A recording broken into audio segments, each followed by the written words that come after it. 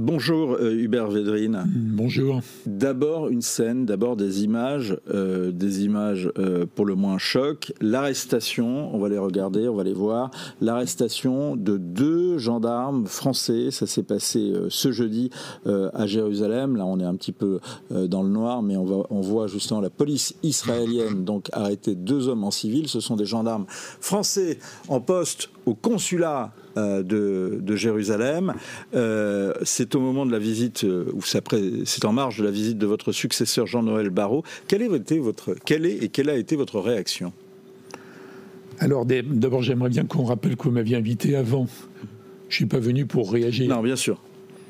Je veux bien le faire, mais ce n'était pas le but principal. Et je n'aime pas réagir. D'ailleurs, il y avait une présidente de l'Académie des sciences il y a 20 ans qui disait on peut à la fois réagir et réfléchir. À méditer. Bon, sinon je suis tout à fait d'accord avec M. Barrot. Il a raison dans son comportement, dans ses déclarations. Ça m'appelle l'incident d'autrefois avec Jacques Chirac. C'est le 3e incident. La police israélienne accepte mal, tolère mal qu'il y ait des lieux, des endroits qui sont issus du passé d'autrefois en Terre Sainte, en Palestine. Donc il y a souvent des débordements. Enfin, cela dit, ce n'est rien à côté du problème de fond qui est l'absence d'État palestinien. Oui, alors, j'entends bien ce que vous dites. D'accord, complètement. Donc, ce qu'il a dit, est-ce qu'il n'aurait pas dû aller même plus loin? Est-ce qu'il n'aurait pas dû interrompre tout simplement sa visite? Non, pourquoi il allait à Ramallah après? Donc là, en territoire palestinien. Il a eu raison. Il a on reprécise peut-être parce que quand même comme c'est l'Orient c'est compliqué. Il y a un certain nombre de territoires français. L'Orient est compliqué, il faut y aller avec des idées simples. Alors, vous rappelez? Non, j'étais fané, mais je connais la phrase du général de Gaulle. À Jérusalem et autour de Jérusalem, il y a un certain nombre de zones qui sont des territoires français. C'est pour ça que ces gendarmes ont dit aux policiers israéliens qu'ils n'avaient pas à entrer dedans. Et c'est le 3e incident de ce type. Jacques Chirac, lors de son premier voyage, et Emmanuel Macron. Non, Chirac, c'était une sorte d'affrontement entre les services de sécurité. Mais là, c'est différent. Il avait refusé que les policiers israéliens rentrent dans Sainte-Anne, qui est un autre territoire français. Il y a Abou Ghosh aussi. Abou Ghosh, qui est donc un ancien lieu croisé, qui est également aujourd'hui un monastère. Oui, c'est vrai que donc, les Israéliens n'aiment pas les vestiges de la présence chrétienne d'autrefois, on va dire. Bon. Mais encore une fois, c'est très aigu, c'est très choquant, tout ce qu'on veut, mais ce n'est rien par rapport à la question de fond. Tant qu'il n'y aura pas un État palestinien, ce que les grands dirigeants d'autrefois en Israël avaient admis finalement, il y aura toujours des problèmes. Pourquoi avoir un État palestinien pourrait changer les choses en la matière, Hubert Védrine? Parce que ça créerait un rapport complètement différent entre les Israéliens, les Palestiniens, les Jordaniens, les Européens, les Arabes. Alors pas du jour au lendemain. Ça veut dire que vous voudriez que l'État palestinien s'étende également à Jérusalem? Bien, le débat sur Jérusalem-Est. Et sur le statut de Jérusalem-Est, là. Oui. Il y a le fameux débat. Qu'est-ce qu'on fait de Jérusalem-Est? C'est un territoire occupé par Israël depuis 1967. Avec la revendication palestinienne, je ne parle pas du Hamas, je parle de l'autorité palestinienne, etc., de faire la capitale de l'État palestinien Jérusalem-Est. Ce que les nationalistes israéliens, les sionistes religieux, les gens de Netanyahou veulent absolument, globalement, empêcher. Donc il ne faut jamais oublier que les événements sont des métastases par rapport à un problème basique non réglé. Vous êtes plutôt partisan d'avoir une capitale à Jérusalem-Est pour l'État palestinien et une capitale à Jérusalem-Ouest pour l'État Israël, pour l'État hébreu, ou bien est-ce que vous êtes partisan de la solution de Jérusalem, ville internationale? Mais nous, on n'a pas été partisans de quoi que ce soit, on est partisans de la solution. La solution, elle peut être trouvée que par les protagonistes. Donc il faudrait que se réapparaisse en Israël, après Netanyahou, quelqu'un qui est la trempe de Rabin, Peres, Olmert, Barak, Sharon à la fin. Olmert avait de la trempe? Oui. D'ailleurs, il a signé il y a un mois, ce qui est courageux, un papier avec un Palestinien pour dire qu'il faut reprendre le processus de paix. Quand beaucoup de commentateurs à Paris disent c'est mort, c'est fini, non. C'était mort avant le 7 octobre. ça revient. Parce que l'Arabie, dès qu'elle ne reviendra dans la normalisation, que s'il y a un État palestinien. Donc ça va revenir. Donc il faut toujours ramener à la question principale. Sinon, il n'y aurait pas tout le reste et il n'y aurait pas les bisbilles avec la France, même quand la France est devenue quand même beaucoup plus, disons, accommodante, modérée. Enfin, quand même, il y a des limites à ne pas franchir. Donc la France essaie de rappeler... Visiblement, on en a franchi... non, c'est eux qui ont franchi. Ouais, c'est eux qui ont franchi. C'est la police israélienne, là. Qui a osé faire des choses qui n'avaient jamais été faites, hein, jusqu'à présent. Qui a osé faire des choses qui n'avaient jamais été faites. Oui, mais encore une fois, c'est très aigu, c'est très sensible, mais ce n'est pas la question centrale. Vous voyez ? La question centrale, justement, donc, selon vous, c'est la question de la création d'un État palestinien. Donc d'un compromis territorial. Et d'un compromis territorial. S'y oriente-t-on avec l'élection de Donald Trump ? Alors, on pourrait dire que ça change tout, mais ça ne change rien, parce que Biden, qui voulait se débarrasser de Netanyahou, n'a pas réussi. Biden, qui avait redécouvert la nécessité d'aller vers un État palestinien, n'a rien obtenu. Blinken a modéré un peu le Netanyahou, mais ils ont approuvé, d'ailleurs, comme tous les Israéliens, même les plus pacifistes, l'attaque sur le Hezbollah, un peu sur le Hamas, même si l'armée dit depuis des mois qu'ils ont atteint l'objectif. C'est d'ailleurs parce que le ministre de la Défense, M. Galland, je ne sais pas comment il prononce, Galland peut-être, disait on a atteint l'objectif. Il a été évincé par Netanyahou. Il faut accepter la trêve avec le Hezbollah pour sauver les derniers otages vivants. C'est à cause de ça que Netanyahou l'a écarté. Parce que lui, il a besoin de ne pas interrompre. Bon. Donc la question, c'est ce qu'il va y avoir après en Israël, un jour, un nouveau processus pour un compromis territorial. Alors Netanyahou et ses soutiens suprémacistes pensaient avoir gagné avant le 7 octobre. Il y avait les accords d'Abraham, dont le but était de faire oublier la question palestinienne. Il n'est pas exclu que dans une combinaison inattendue... Qui avait été inspirée notamment par Donald Trump. Bien sûr. Trump, l'Arabie, Netanyahou, le gendre de Trump. Mais il n'est pas exclu qu'il y ait un rebondissement et que l'Arabie dise « moi je reviens dans le processus à condition qu'il y ait un État palestinien ». Donc des accords d'Abraham, pas contre l'État, mais avec. Alors évidemment, c'est, je suppose, de nouveaux leaders palestiniens. Pas compliqué d'en trouver, mais il faut que Netanyahou bouge là-dessus. On verra, on ne sait jamais, il a tellement gagné, là. Oui. Il a tellement les mains libres. Et donc, il n'a pas plus les mains libres avec Trump, puisqu'il les avait déjà avant. Donc, le bouleversement est moins... Et est-ce que la personnalité imprévisible de Trump, est-ce que la personnalité imprévisible de Trump et son goût pour faire des coups et faire des deals en forme des deals spectaculaires peut justement faire évoluer la question? Bonne question. Oui, un tel qu'il est imprévisible. Donc on ne peut pas se rapporter uniquement à ce qu'il a dit. Oui. Et d'ailleurs, il a dit à Netanyahou, on le sait, ce qui permet d'aller dans le sens de votre remarque, il a demandé à Netanyahou de finir la guerre avant son arrivée à la Maison-Blanche, le 21 janvier. Donc on a potentiellement 2 mois, un peu plus de 2 mois pour que c'est pour ça que même la question si ça soit réglée. Tout à fait inattendu aujourd'hui, moi je n'exclus pas une sorte de triangulation inattendue. Trump, MBS, Mohammed Ben Salman, le prince héritier saoudien, Netanyahou obligé de bouger un peu. C'était le sens de ma question. Ça paraît bizarre de dire ça aujourd'hui, mais on ne peut pas l'écarter complètement. C'était le sens de ma question. Vous avez été surpris par la victoire de Donald Trump ? Bon, j'en sais, moi, je n'ai pas d'informations spéciales, mais donc je voyais que l'ensemble des prévisions et des experts s'attendaient à la victoire de Trump, parce qu'il aurait fallu que Mme Harris, qui n'a pas eu le temps de se préparer, qui est une femme très honorable, mais qui n'a peut-être pas le talent de battleur de... Trump, c'est une sorte d'Elvis Presley, de Johnny Hallyday mélangé, vous voyez, dans les tribunes. Bon, elle, c'est une femme très honorable. Et puis, elle n'avait pas le temps, 3-4 mois. Donc, en gros, je m'attendais, comme tout le monde, à une victoire de Trump. Mais pas à ce point. Oui. Donc, ce qui est très c'était le sens de ma question. Est-ce que vous avez été surpris par l'ampleur de la victoire ? Bien sûr, mais comme tout le monde. Vous... Même lui, non, lui, non. En tout cas, il a gagné le vote populaire. Il a gagné le Sénat. Il va sans doute gagner le Congrès. Enfin, la Chambre des représentants.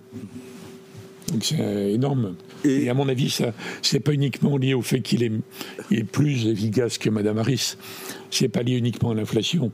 Moi, je le lis comme une sorte de révolte. It's not only economy stupid. C'est ce que vous êtes en train de me dire. Ce n'est pas simplement l'économie. Pas uniquement, oui. vous faites référence à Clinton. C'est pas uniquement ça. Je pense qu'il y a une sorte de lame de fond viscérale, populaire au sens très large, de gens qui veulent donner un coup d'arrêt au progressisme américain qui dure depuis 60 ans. Alors c'est comme ça dépend. Et d'autre part, à la mondialisation telle qu'elle a été menée ces 30 dernières années. Donc il faut qu'on intègre ça dans l'analyse, dans la suite, et que les Européens réfléchissent à ça. C'est très intéressant. C'est pas une aberration, Trump. C'est un phénomène maintenant fait pour durer. Qu'est-ce que ça veut dire que c'est un phénomène fait pour durer? Qu'entendez-vous par là? Regardez le vice-président, par exemple. Il y a une nouvelle génération de Trumpistes. Encore une fois, qui n'est pas la bête de scène qui est Trump, mais il y a un mouvement. Alors, il y a toujours un mouvement contre les élites, contre Washington, etc. Bon. Mais quand vous regardez la carte avec les couleurs, je ne sais pas si vous l'avez, mais c'est quand même frappant. Donc, il reste la Californie et New York. Et donc, il y a une espèce de révolte viscérale. De marée rouge. Il a gagné des voix, il est minoritaire, mais il a gagné des voix chez les Noirs américains, chez les femmes, énormément chez les Latinos, enfin Chicanos. Il y a même, je crois, 45%. Là, c'est aussi parce qu'ils sont restés, disons, chrétiens en général, chrétiens au sens large, et qu'ils ont été heurtés par le wokisme. Enfin, tout ça s'additionne. Est-ce que vous pensez que c'est la traduction du refus, vous dites du progressisme, et plus profondément d'un coup d'arrêt à ceux qui veulent des changements anthropologiques? Alors, pas la réaction, ils veulent pas annuler ce qui s'est passé depuis un demi-siècle, mais coup d'arrêt, oui. Sur le thème, il ne faut pas que ça... Contre-révolution woke. Maintenant, ça suffit, quoi. Trop, c'est trop. C'est comme ça que je le lis, mais j'oublie pas l'inflation, bien sûr. Oui. Il y a une combinaison. J'entends bien, et c'est passionnant de vous entendre. C'est passionnant d'entendre votre lecture. Il y a, depuis 2016, une lecture, une interprétation, un discours qui tente à dire que finalement tout ça c'est le produit des réseaux sociaux, que si les réseaux sociaux n'étaient pas aussi forts et ne disaient pas autant, je les cite, en tout cas ce qu'on entend beaucoup, n'importe quoi, on n'aurait pas Trump. Qu'est-ce que vous répondez à ça? Je pense qu'on aurait quand même, alors, que les réseaux sociaux fassent feu de cheminée sur tous les thèmes, et ça devait marcher dans les deux sens normalement. Il doit y avoir des réseaux sociaux ultra-démocrates, ultra-LGBT, etc., ultra-woke. Il y a beaucoup de réseaux woke. Donc ça ne donne pas la réponse entière. Alors il est vrai que tous les phénomènes politiques, électoraux, de mouvements d'opinion sont amplifiés de façon caricaturale par les réseaux. Voilà. Et c'est pas la seule raison. Est-ce que vous pensez, je vais un petit peu plus loin, on découvre le concept de post-vérité et de fake news, en tout cas, fake news c'est avant, mais on parle de fake news et on dénonce le fake news et le phénomène de post-vérité à partir de l'élection de Trump en 2016. Est-ce que vous pensez qu'il a le monopole des fake news et de la post-vérité ? Mais vous vous rappelez que la guerre des Gaules de Jules César est remplie de mensonges. D'abord sur le déclenchement de la guerre des Gaules. Pourquoi il l'a fait? Avec 1 million de morts, quand même. Pendant la guerre de 14, vous n'étiez pas là, moi non plus, mais on parlait du bourrage de crâne. Donc on est dans le bourrage de crâne à l'âge électronique. Donc puissance 1000. Mais ça n'a pas commencé avec Trump. Donc l'humanité... Et ses adversaires sont capables également de... L'humanité ment depuis qu'elle a appris à parler. De mensonges et de fake news aussi. Donc c'est l'ampleur, c'est l'intensité, c'est la diffusion, c'est la rapidité qui change tout. Mais ça ne veut pas dire que je crois ce qu'il raconte. Qu'allez-vous guetter? Je relativise. Historiquement, c'est tout. Vous croyez qu'il croit parfois ce qu'il raconte? Vous croyez aussi qu'il croit ce qu'il raconte? Ça dépend des cas. Non, je pense qu'il est capable de, comme c'est un pragmatique brutal, il est unilatéraliste brutal. Je décide ce que je veux. Bon, donc il est capable de nous surprendre. Et il aura annoncé des choses pour des raisons électorales, bien sûr. Il est tout à fait capable de faire l'inverse sur certains sujets. Mais à un moment donné, le côté bête de scène, comme j'ai dit, ça devient sa vérité. Quoi qu'il pense en vrai, le sujet est secondaire. A-t-il les moyens, tout simplement, de rendre à l'Amérique sa grandeur? Le bilan de Biden est très bon. Alors, donc il veut rendre quoi? Ça, je suis content que vous me disiez. J'avais squeezé cette question parce qu'il faut qu'on avance, mais vous m'avez dit hier, vous aviez, pas hier, mais lors de votre dernière venue, oui, les Américains, les gaffes de Biden, il a toujours été surnommé Joe la gaffe, etc. Et vous me disiez, vous louiez les réussites de Biden. Les Américains n'ont pas approuvé ça. Oui, bien sûr, parce que c'est pas suffisant pour endiguer la lame de fond dont j'ai parlé. Coup d'arrêt au progressisme, coup d'arrêt à la mondialisation. Et puis Biden s'est retiré, Madame Harris n'avait pas le temps de devenir une vraie candidate. Voilà. Mais vous croyez encore aux capacités cognitives de Joe Biden ? Je ne l'ai pas vu récemment, donc je ne peux pas vous dire, mais les derniers discours sont convenables. Enfin, il était clair. Vous êtes le dernier. Hubert Védrine, vous êtes le dernier défenseur de Joe Biden, je pense. Non, vous verrez. L'intégrité intellectuelle. Attendez un peu. En tout cas, de ses capacités cognitives. Mais pourquoi s'acharner sur Biden ? Non, la vérité, c'est pas qu'on s'acharne, mais est-ce que justement, souvent les médias américains ont passé sous silence un certain nombre de couacs qui allaient bien au-delà des gaffes. Mais après, ils vont se taire sur beaucoup d'anomalies de Trump. Vous croyez ? Oui. C'est pas ce qu'ils ont fait lors du premier mandat. C'est pas ce qu'ils ont fait lors du premier coup. Non, évidemment, ils sont démocrates.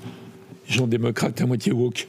Bon, mais ils vont être obligés de survivre là-dedans. Non, je pense que l'Amérique... Ils vont utiliser l'autre moitié. Reste la puissance numéro 1. C'est pas du tout évident que la Chine arrive à les supplanter un jour. L'Amérique a une capacité économique, d'invention, de technologie qui est quand même bluffante. Madame Lagarde a dit récemment qu'elle ne verrait pas de son vivant le dollar supplanté par la monnaie chinoise. Donc, qu'est-ce qu'il veut rendre comme grandeur ? Alors, ce qui est vrai, c'est que, comme il n'est pas du tout droit de l'homiste, interventionniste, missionnaire et compagnie, il ne va pas lancer l'Amérique dans des tas d'aventures bizarres, comme la guerre en Irak, ou des choses comme ça. Mais comme il voudra être respecté brutalement, il est tout à fait capable de bombarder à droite à gauche. Alors, est-ce que c'est la grandeur de l'Amérique ? Mais il n'y a pas besoin de rendre la grandeur à l'Amérique qui a survécu, mais Trump va imposer sa marque, comme on dit, de façon transactionnelle. Donc il est tout à fait capable, de façon non manichéenne, non moraliste, et ça va perturber les gentils bisounours européens, de se mettre à discuter avec Poutine ou avec les Chinois. En revanche, est-ce que les Iraniens, bon. C'est moins sûr, ça, enfin. Mais ça ne sera pas le retour de ce que vous avez forgé comme concept, d'ailleurs, de l'hyperpuissance américaine. Non, enfin, un peu, mais pas entièrement, parce qu'il est quand même challengé. Les Occidentaux n'ont plus le monopole de la puissance. Mais est-ce qu'il a l'intention de faire une hyperpuissance, d'ailleurs ? Si on l'était, Poutine n'aurait... Enfin, s'il l'était, pardon, Poutine n'aurait pas attaqué. Il y aurait un petit État palestinien paisible depuis 30 ans. Et la Chine n'oserait pas menacer Taïwan. Donc on est entre les deux. Ça va être un des enjeux là, de ce prochain mandat, la Chine et Taïwan. Ça va jouer sur l'Ukraine. Parce qu'il ne peut pas se permettre de dire à Zelensky qu'il faut arrêter, parce qu'il n'y a plus d'argent et plus d'armes. Il est obligé de menacer Poutine. Enfin, on va dire, poliment. Il faut qu'il donne des garanties. Mais les garanties, ça veut dire de dire à Poutine, tu n'en profites pas. Sinon, la parole de Trump ne vaut plus rien par rapport aux Chinois. Donc même Trump, avec le côté brutal, apparemment simpliste, il va être obligé de... Il faut d'ailleurs que... La vraie question, c'est comment les Européens vont réagir. Ils ne sont pas prêts, manifestement. Oui, alors, ils sont divisés, mais pas selon les mêmes lignes, selon qu'on prend la question de l'Ukraine, la question commerciale, la question de l'OTAN, etc. Il est urgent qu'ils s'unissent, là. Alors, mais vous y croyez ? Je ne sais pas s'il y croit, mais je crois Mais comment c'est possible ? Comment les Européens peuvent s'unir ? Comment on peut s'unir avec Orban sur ces questions-là ? Non, mais vous n'allez pas marcher derrière Orban, surtout maintenant. Il va être tout à fait à l'aise dans la suite. C'est les autres qui doivent se mettre d'accord. Et les autres, c'est pas que l'Union, parce que pour les questions de défense, avenir de l'OTAN, qu'est-ce qu'on fait en Europe ? C'est la Grande-Bretagne aussi, c'est l'Alliance. Donc il y a un travail urgent qui a dû commencer d'ailleurs dans la discrétion depuis des semaines, entre la France, l'Allemagne, la Pologne, la Grande-Bretagne, l'Italie, le Pays-Bas, et pour les Européens des 27, la question c'est, est-ce qu'on prend alors l'Ukraine dans l'OTAN, l'Amérique ne veut pas, donc la question ne se pose pas, mais dans l'Union européenne, est-ce qu'on la prend alors qu'il y a déjà 6 ou 7 candidats qui attendent ? Et c'est là où la communauté politique européenne, relancée par les Italiens, par Macron et par Scholz, peut être le cadre approprié. Alors, les médias n'en parlent pas, ils ne prennent pas ça au sérieux, mais c'est le seul rendez-vous de tous les Européens avec que les Européens. Donc ça peut permettre d'encadrer peut-être, à mon avis, la gestion de l'Ukraine du point de vue européen. Mais pas la question de sécurité, ça c'est différent. Vous voyez les grosses décisions à prendre en 2025. Hein. La plus grosse à prendre, c'est laquelle? Alors pour les Européens, c'est ça. Les Européens, c'est comment gérer la chute en Ukraine. Mais ils n'ont pas de carte en main pour dissuader Poutine. Donc ça relève de l'Amérique, ça. Gérer l'Ukraine après, oui, c'est la grande question. Qu'est-ce que vous allez guetter dans les prochaines heures, dans les prochains jours, dans les prochains mois chez Donald Trump? Bon, on va regarder à qui il téléphone. Il veut parler de Poutine, vous voyez. Donc déjà, il va balayer les positions du genre ne parle pas que des gens qui ne partagent pas nos valeurs. Sinon, on parle à qui dans ce cas-là, vous voyez? On parle aux Suisses, non? Et deuxièmement, les nominations, bien sûr, c'est classique, ça. Alors, dans la transition, Biden et Harry vont se montrer hyper bien élevés, convenables, parce qu'ils pensent à l'avenir. Le moment où les Américains diront il y en a marre de Trump, quand même. Donc, ils veulent laisser un très bon souvenir de transition. Mais il n'y a pas grand-chose à transmettre, puisque Trump a déjà ses positions sur tout ça. Merci beaucoup Hubert Védrine. Précisément justement pour parler avec les gens qui ne pensent pas comme nous, il faut voir ce qu'ont fait les grands diplomates et vous leur avez consacré un ouvrage que vous avez coordonné aux éditions Perrin qui est absolument passionnant de Mazarin jusqu'à nos jours et c'est aux éditions Perrin et bien évidemment on le recommande à la lecture de nos téléspectateurs et de nos internautes s'ils ne l'ont pas déjà fait. Merci beaucoup Hubert Védrine. On va essayer de le faire lire par Trump mais c'est pas sûr. On retient effectivement le souhait et le désir. On verra. Après tout, on a toujours été surpris avec Trump. Merci beaucoup, Hubert Védrine.